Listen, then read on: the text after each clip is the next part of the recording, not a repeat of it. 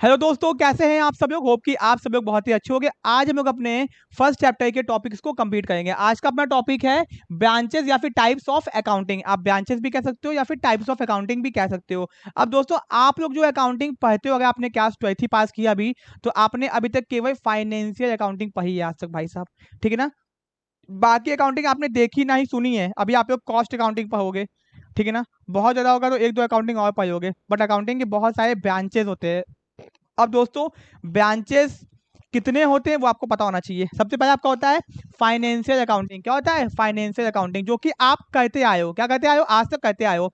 This branch of accounting provide information about the हमारे business की performance कैसी है, हमारा बिजनेस अच्छा है कि नहीं है, हमारे बिजनेस में trading, profit and loss account, balance sheet, जो हम लोग करते आए ना, इसी को बोलते हैं फाइनेंशियल अकाउंटिंग। ये कुछ खास नहीं है, जो हम लोग करते हैं उसी को फाइनेंशियल अकाउंटिंग बोलते हैं। कि बिजनेस में चीजों को रिकॉर्ड करना, प्रॉफिट एंड लॉस को पता करना, एसेट लायबिलिटी को पता करना, इसको फाइनेंशियल अकाउंटिंग बोलते हैं।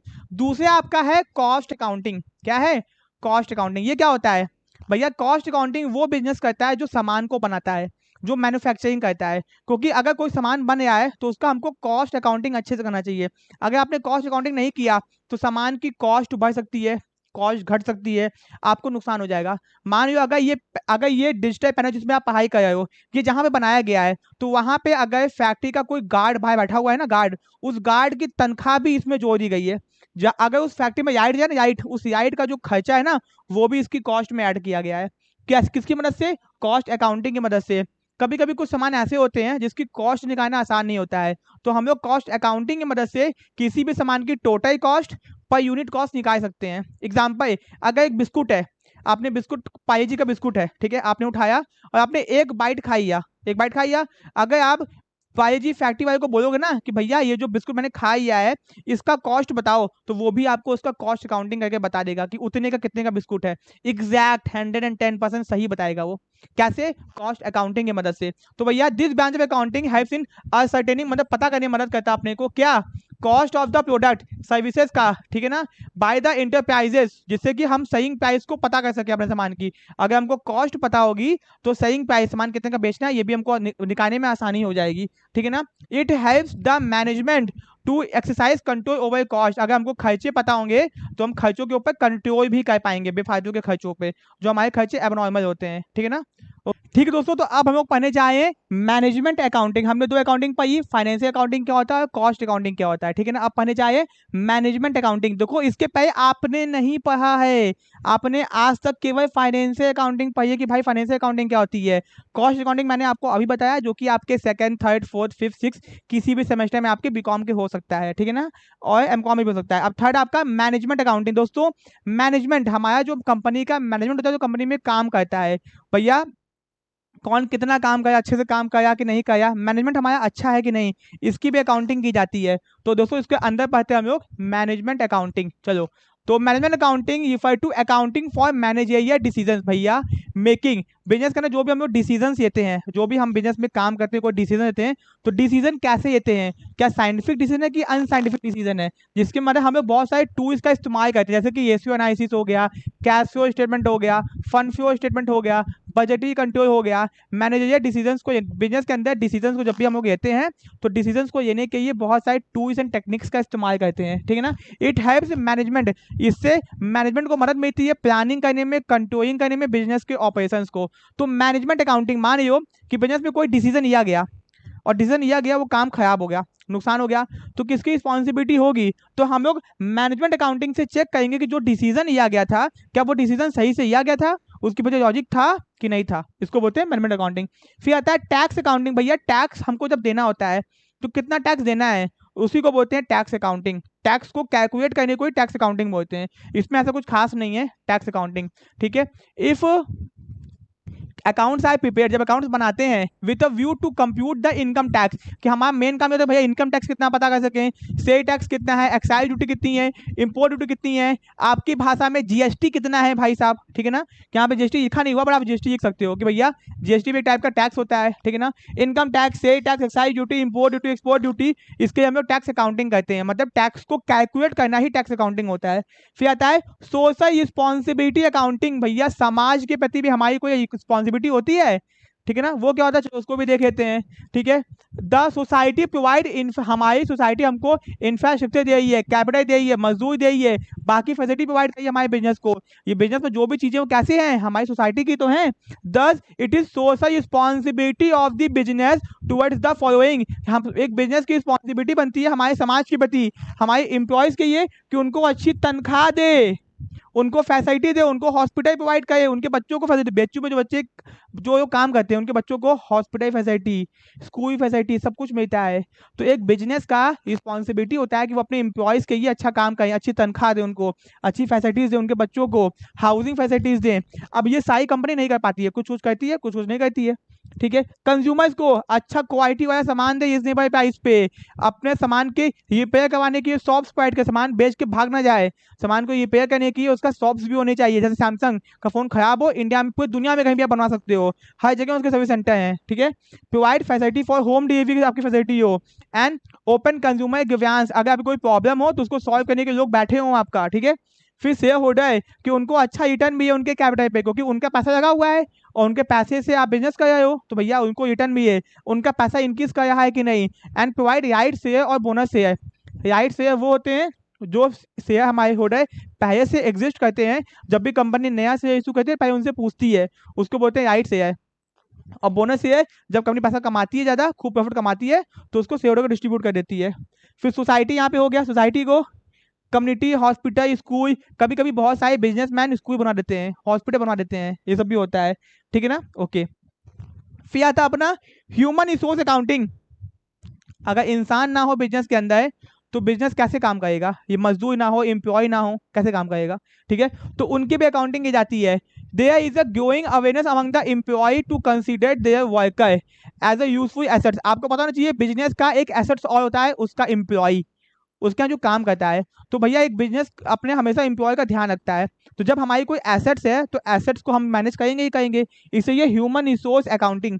भैया कब किसका प्रमोशन हो, ट्रेनिंग हो, ट्रांसफर हो, डिमोशन हो, डेवलपमेंट हो, सब कुछ डिसाइड करना होता है। इसमें good employer employation is essential for the rapid development of the entity.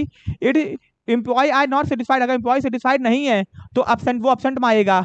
ठीक है ना, वो काम अच्छे, उसका प्रोडक्शन कम हो जाएगा, उसकी एफिशिएंसी कम हो जाएगी। तो भैया इन सब, भैया बिजनेस के अंदर एम्प्लॉय हमारे दुखी तो नहीं है बेचारे, डिमोटिवेट तो नहीं है, इन सब चीजों को चेक किया जाता है। इसकी भी अकाउंटिंग होती है कि बिजनेस के अंदर कितना लोग नौकरी छोड़ के जा रहे हैं, आ रहे हैं। अकाउंटिंग नहीं करेंगे, मतलब चीजों को पता नहीं करेंगे, तो हमको एम्प्लॉय खुश है, मोटिवेटेड है, डिमोटिवेटेड है, पता नहीं चलेगा। एक डिमोटिवेटेड एम्प्लॉय काम नहीं करेगा अच्छे से, उसकी प्रोडक्टिविटी कम हो जाएगी। इसकी अकाउंटिंग को बोलते हैं ह्यूमन रिसोर्स अकाउंटिंग। ठीक है, फिर आता है इन्वायरमेंट अकाउंटिंग। भैया ये क्या होता है कि बिजनेस का इन्वायरमेंट के ऊपर क्या असर पाया है, इस बात की अकाउंटिंग की जाती है। मान लो एक फैक्ट्री जगी है, फैक्ट्री जगी है, फैक्ट्री से कितना धुआं निकल जाए, क्या वो हमारे एनवायरमेंट को नुकसान पहुंचाया है, कितना नुकसान पहुंचाया है, इसकी पूरी अकाउंटिंग की जाती है। इसलिए फैक्ट्री जो खुलती है ना, वो कहाँ खुलती है, आउटर एरिया में खुलती है। फिर इन्फ्लेशन अकाउंटिंग। अब तुम कहोगा ए सर ये क्या होता है, ये बहुत अच्छी अकाउंटिंग है।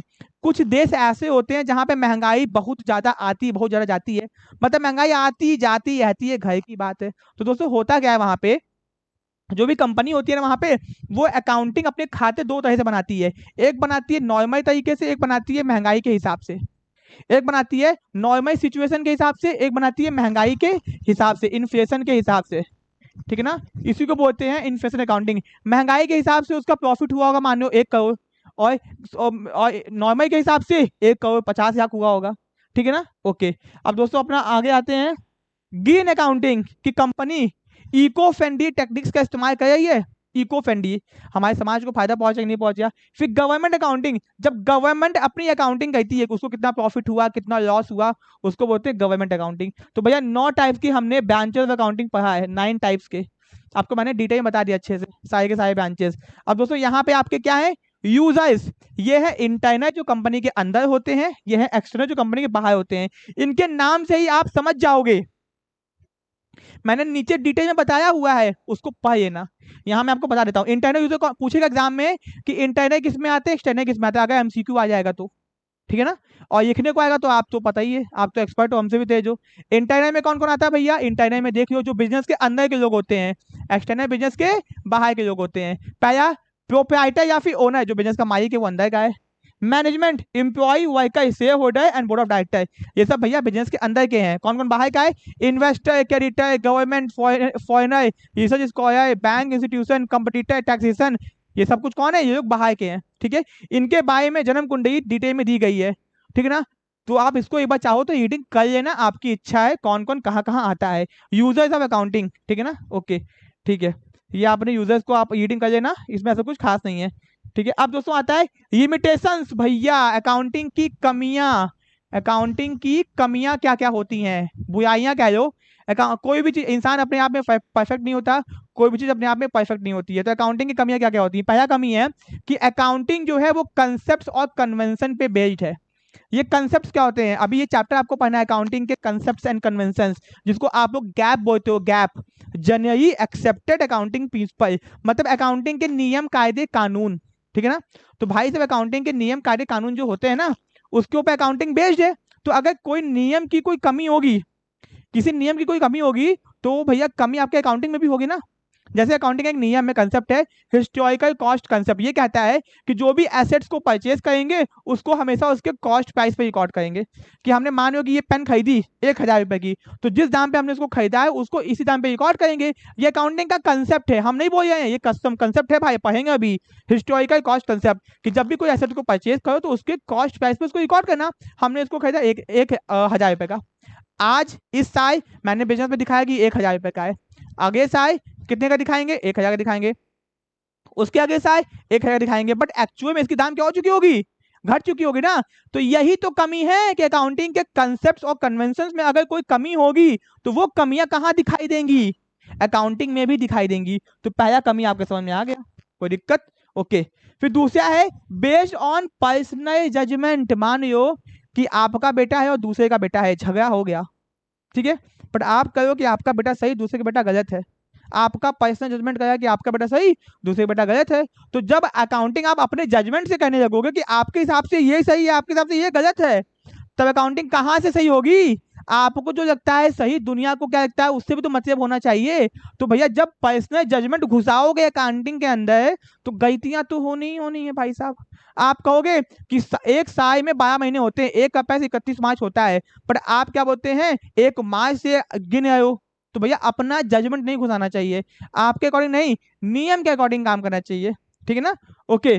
फिर बेस्ड ऑन हिस्टोरिकल कॉस्ट, जो मैंने आपको बताया था कि अकाउंटिंग में क्या होता है, चीजें हिस्टोरिकल कॉस्ट पे रिकॉर्ड की जाती हैं। तो ये बहुत बड़ी कमी है, इससे हमको बिजनेस की कभी भी ट्रू पोजीशन, एक्चुअल पोजीशन पता नहीं चल पाती है, क्योंकि बिजनेस में कुछ ऐसी एसेट्स होती है जिसकी वैल्यू होती है कम, बट दिखती है वो ज्यादा दाम पे। ठीक है, लैक ऑफ क्वालिटेटिव इंफॉर्मेशन, भैया बहुत बड़ी कमी अकाउंटिंग की, कि अकाउंटिंग के अंदर हम लोग उन चीजों को रिकॉर्ड नहीं करते जो कि नंबर के फॉर्म में नहीं होती हैं।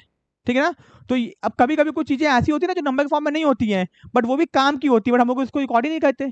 हम लोग केवल क्वांटिटेटिव चीजों को रिकॉर्ड करते हैं, क्वांटिटेटिव, ठीक है ना। तो भैया नंबर वाली चीजों को हम लोग, जो चीजें नंबर के फॉर्म में नहीं होती उसको रिकॉर्ड नहीं करते, ये भी एक कमी है कहीं ना कहीं। भैया सब रिकॉर्ड कर लो ना। फिर सफर फ्रॉम विंडो ड्रेसिंग, भैया विंडो ड्रेसिंग का मतलब होता है जब हम लोग अपने बिजनेस की पोजीशन को जो है उससे अच्छा शो करते हैं। हमारी पोजीशन खराब है पर हम कहें अरे भाई अपनी तो शान ही आन और बान है, मतलब कहने का मतलब ये है when we are showing the better position what actually it is, then it is known as window dressing. तो भैया इससे हम लोगों को धोखा होकर दे देंगे। तो भैया मानो हमारे बिजनेस लॉस में चल जाए, कोई कोई बैंक के पास में गए, बैंक पूछा आपका बिजनेस का कैसा है, हमने क्या कर दिया, चीजों को बहा बहा के दिखा दिया, इतनी एसेट्स है, इतनी ये है, इतनी ये है, और हमने धोखे से जो नहीं लिया, और कल को हम डूब गए तो बैंक के पैसा तो गया। तो विंडो ड्रेसिंग मतलब जब अपनी पोजीशन को बेटर करके शो करते हैं ना, बेटर या फिर खराब भी दिखा सकते हैं, दोनों, बेटर भी दिखा सकते हैं और वर्स भी दिखा सकते हैं। किसी को खराब है अच्छी पोजीशन दिखाए, भैया अपना तो आटा गया एकदम, कहने का मतलब है चाहे बेटर दिखाओ चाहे बेकार दिखाओ, that is known as window dressing. इसमें हम किसी को चीट कर सकते हैं, ठीक है ना, ये हो गया। अब दोस्तों डेपिक्ट अनरियलिस्टिक इन्फॉर्मेशन, कभी कभी अकाउंटिंग में हम लोग लोगों को ऐसी इन्फॉर्मेशन दिखा देते हैं जो कि एक्चुअली में होती नहीं है। मतलब हम लोग खूब प्रॉफिट कमाए हैं बट सरकार को दिखाए कि हम प्रॉफिट ही नहीं कमाए हैं, भैया हम तो लॉस में चले जाए हैं। ऐसा सब लोग करता है, आपके घर में जो आसपास जो बिजनेस करते हैं ना वो सब लोग यही करता है कि सरकार से टैक्स की चोरी खुलेआम होती है। तो भैया अकाउंटिंग की मदद से लोग अपने प्रॉफिट को कम कर लेते हैं। जुगाए भी आके, तो ये भी एक कमी है अकाउंटिंग की। फिर नॉट सुटेबल फॉर फॉरकास्टिंग, हम लोग अकाउंटिंग से अंदाजा नहीं मार सकते। अंदाजा का मतलब होता है कि फ्यूचर में क्या होगा, आज हम 1 लाख कमाए तो कल क्या हम 1 लाख 50 हज़ार कमाएंगे, तो अंदाजा नहीं मार सकते कोई भी चीज, क्योंकि अकाउंटिंग की इन्फॉर्मेशन एक्चुअल नहीं होती है, ठीक है ना, वो हिस्टोरिकल कॉज पे बेस्ड होती है, ठीक है। अब दोस्तों लिमिटेशन यहाँ पे देख लो, यहाँ पे मैंने पॉइंट्स में दे दिया हुआ है, और एक पॉइंट यहाँ पे दिया हुआ है, accounting ignore the price level changes, मतलब कि अगर महंगाई आई है महंगाई जाई है, महंगाई आने जाने का जो असर होता है ना, वो अकाउंटिंग में नहीं दिखता है, बट उसका असर अकाउंटिंग में होता है। बात समझ में आया? कहने का मतलब ये है कि अगर महंगाई आई है महंगाई जाई है, सामान का दाम घट या बढ़, तो उसका असर अकाउंटिंग में होना चाहिए, बट वो असर हमें अकाउंटिंग में दिखाते, उसको इग्नोर कर देते हैं। महंगाई आई गई, अकाउंटिंग में कोई असर ही नहीं पड़ रहा है, तो ये भी तो बहुत बड़ी कमी है। ऊपर वाला मैंने आपको बता दिया है। And accounting not fully exact, accounting exact नहीं, अगर इन्फॉर्मेशन ही इनकम्प्लीट होगा तो अकाउंटिंग तुम कितना भी कर लो कोई फायदा नहीं है। और बाकी पॉइंट्स आपके ऊपर वाले सेम है, मैंने यहाँ पे दिया पॉइंट्स में, इसको याद कर सकते हो, ठीक है। अब दोस्तों qualitative characteristics of accounting, accounting के कुछ ऐसे फीचर्स होते हैं, अभी तक हमने जितने भी फीचर्स पढ़े हैं वो क्वांटिटेटिव फीचर्स थे, कितने थे? क्वांटिटेटिव। अब ये जो फीचर्स है वो क्वालिटेटिव है, मतलब जो फीचर नंबर्स के फॉर्म में नहीं होते हैं। पहला आपका है रिलायबिलिटी, मतलब आप इसके ऊपर भरोसा कर सकते हो, मतलब कि ये बायसनेस नहीं होता है, मटेरियल्स में कुछ गलतियां नहीं होती हैं। Accounting information must be reliable, reliability of information means verifiable. ये वही, अगर अकाउंटिंग में लिखा हुआ है कि 2 लाख का एसेट्स बेचे हैं, तो तुक्के में नहीं बोल रहे हैं, 2 लाख का एसेट्स बेचे हैं, पैसा आया है, एसेट्स गया है, इसको हम लोग वेरीफाई कर सकते हैं, ठीक है ना। दूसरा रेलेवेंस, मतलब अकाउंटिंग के अंदर हम लोग वही चीजें करते हैं जो हमारे काम की होती हैं, जो काम की नहीं होती उसको हम लोग करते ही नहीं है। रेलेवेंट चीजें कहते हैं ना कि काम की चीज क्या करो, बेफालतू चीज क्या करते रहते हो, तो अकाउंटिंग के अंदर हम लोग केवल वही चीज करते हैं जो हमारे यूजर्स की काम की होती हैं, ठीक है ना। तीसरा अंडरस्टैंडेबिलिटी, भैया अकाउंटिंग हम लोग हमेशा ऐसे करते हैं कि लोगों को चीजें समझ में आ सकें। लोगों जब भी हम लोग जनरल एंट्री पास करते हैं, नीचे उसके नरेशन लिखते हैं कि बेचा गया खरीदा गया, जिसको अकाउंटिंग नहीं आती वो इंसान भी उसको पढ़ के समझ जाएगा। तो कहने का मतलब ये है कि mean information provided through the financial statement must presented, उसको ऐसे प्रेजेंट किया जाए कि वो आसानी से लोगों को समझ में आ सके। फिर कंपेरेबिलिटी, कि चीजों को आसानी से कंपेयर किया जा सके, ठीक है ना। ये आपका होगा 4 क्वालिटेटिव फीचर्स। एग्जाम में पूछेगा कि कौन कौन से होते हैं, एमसीक्यू आएगा तब, ये ठीक लिखने को आएगा तो आप तो भैया हो ही, ठीक है।